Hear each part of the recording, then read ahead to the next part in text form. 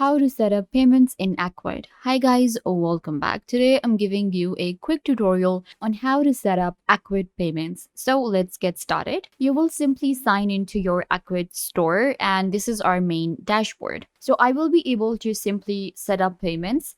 You will find this panel right here and you just have to scroll down to configuration and payment right here. Click on payment and it will open up the payment section on Ecwid. And you can see right here, we have different options. So the first option we get is the current payment method. And this is the payment method that I have, and it is pay by cash. So if you want to enable this one, you will simply check this option right here, and it will allow you to accept payment by cash. There you go. Now it has been enabled. If you want to add a new payment method, then you can just simply click right here and it will allow you to add a manual payment method. Here you can just enter the name of the payment method you want and then you can enter the description and click on save. In manual payment methods, you will be able to get cash on delivery, bank transfer, invoice, purchase order, and checks. So this is your own manual payment. Then we have other accept online payment methods and you can choose them from here.